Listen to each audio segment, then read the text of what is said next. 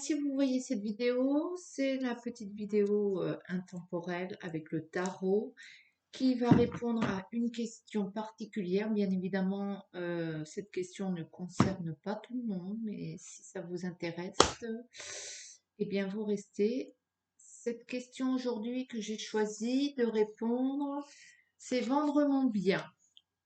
Donc, vendre son bien, votre position sur le marché, comment vous vous sentez par rapport à cette vente, ce qui peut retarder la vente, ce qui peut accélérer la vente, l'attitude qui vous sera utile, votre acheteur idéal et l'issue à court ou à long terme, moyen et long terme.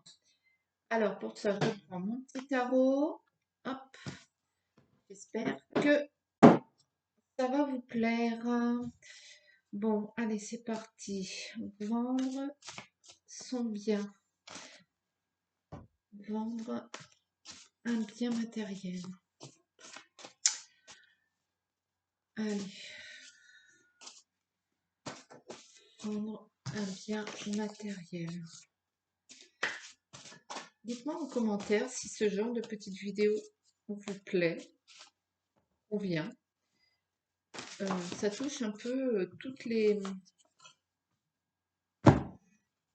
domaines, le sentimental, l'amitié, l'argent, le financier. Bref, j'en ai plusieurs là, à vous faire. Allez, je ferai comme ça un petit peu, je balancerai un petit peu dans la journée différentes vidéos comme ça, qui toucheront différents domaines. Alors, le 4 de coupe à l'envers, l'adversité et les attentes. 6 d'épée, ça se fait pas tout seul apparemment cette vente. Comme si la vente se faisait simplement. Enfin, des fois, pourquoi pas. La vente, la vente, la vente d'un bien pour ceux et celles qui regardent la vidéo. Allez, la vente d'un bien matériel. C'est parti, le tirage est fait. 1, 2, 3, je repositionne bien les cartes. Hop. Hop. Le truc, c'est qu'elles sont vraiment grandes. Alors, votre bien sur le marché, qu'est-ce que ça donne? L'indécision, le 7 de bâton.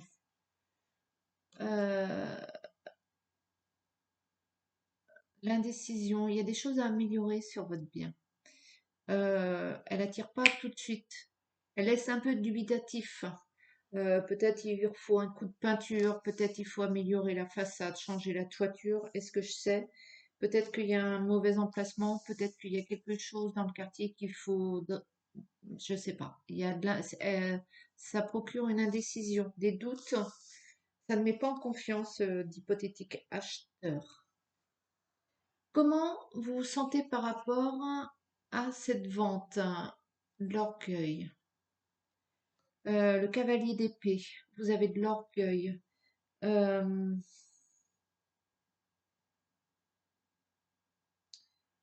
ça, vous, ça, ça touche votre émotionnel. Vous, vous êtes pas neutre par rapport à cette vente, ce bien. Euh, Peut-être que vous en êtes trop fier d'ailleurs de ce truc. Peut-être que vous surévaluez euh, cette vente, ce bien. En tout cas, émotionnellement parlant, ça vous impacte. Voilà, c'est ça que je voulais dire. Ensuite, ce qui peut retarder cette vente, l'illusion. Peut-être que vous fixez pas, vous orientez pas votre vente aux bons acheteurs. Peut-être qu'il y a beaucoup de badauds qui vous contactent, qui n'ont pas les moyens. Oh ben tiens, je voudrais acheter maison et terrain pour 200 000 à tel endroit, que ça commence, c'est même pas les premiers prix des terrains. Bon, il y a pas mal de rêveurs. Peut-être il faut balayer un peu, euh, sélectionner un petit peu qui vous sélectionnez vos contacts au niveau de la vente parce que vous perdez trop de temps avec ces gens-là. Vous leur accordez peut-être trop de crédit. Ce qui peut accélérer la vente de votre bien, le bien-être. Il faut absolument, j'ai envie de dire que vous soyez bien dans vos patounes, que vous soyez confiant, mais il faut aussi vous adresser aux bonnes personnes. Je pense que commencez d'abord par vérifier un peu leur capacité financière. Je ne sais pas comment dire ça parce que je suis pas du tout une spécialiste des ventes immobilières, mais immobilières ou autres, hein, vendre votre bien, quel qu'il soit. Mais assurez-vous qu'en face, vous ne perdiez pas votre temps avec quelqu'un qui n'a pas les moyens. Ça tourne autour du pot, là, le tirage, hein. Je pense que la problématique vient de là, pour vous.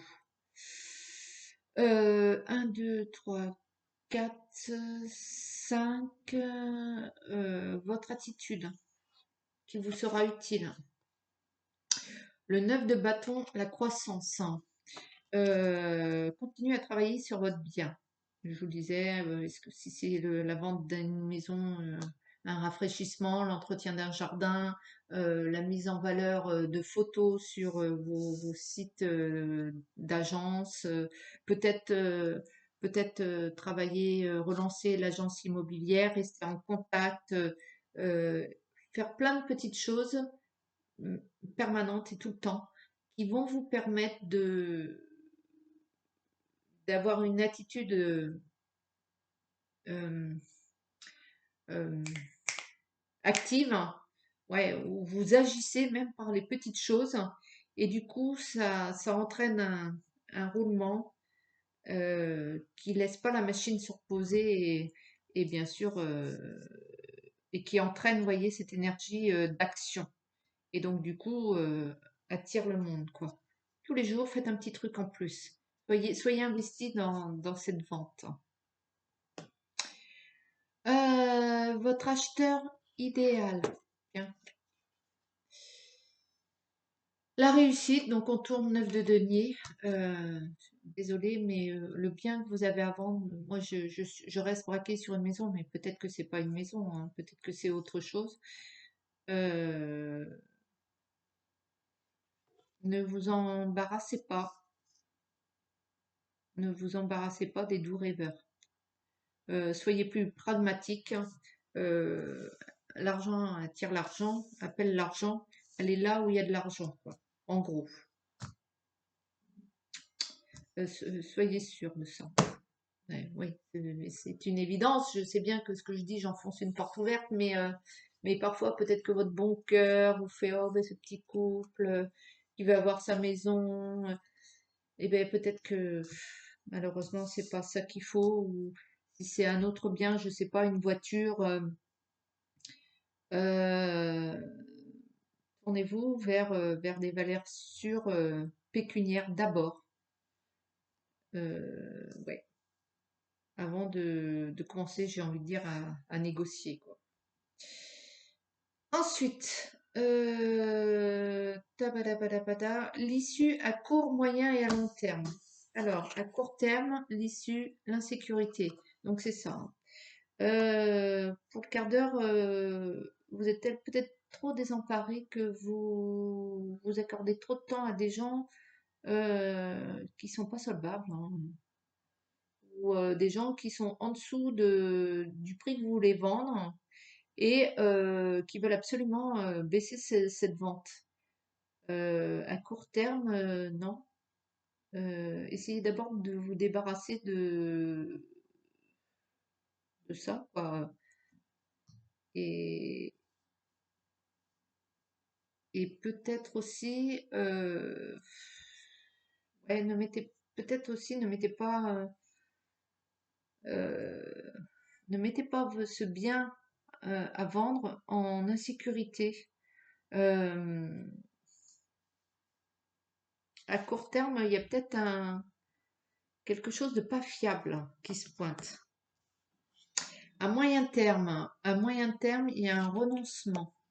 Peut-être que à court terme, cette insécurité va faire, oh là, attends, on va faire une parenthèse et que vous allez attendre que l'eau passe sous les ponts. Il y a peut-être, vous allez peut-être devoir pratiquer c'est pas le bon moment pour vivre, pour vendre, pardon.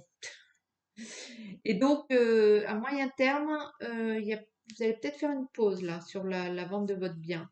Et à long terme, il y a l'insatisfaction.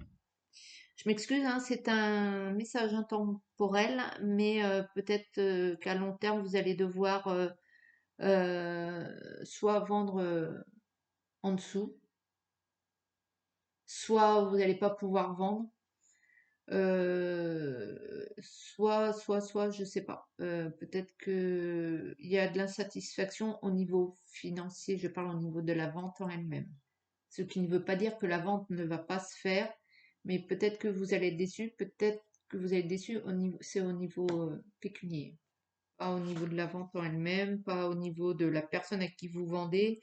Il y a une certaine amertume au niveau sous-sous. Voilà, je suis désolée et je vous souhaite, j'espère que ce petit message quand même vous aide, même si la finalité, bien sûr, il va de soi que les messages que je donne ne sont que des orientations, que vous prenez que ce qui vous convient et vous laissez ce qui ne vous parle pas. Et que vous avez toujours votre pouvoir décisionnaire.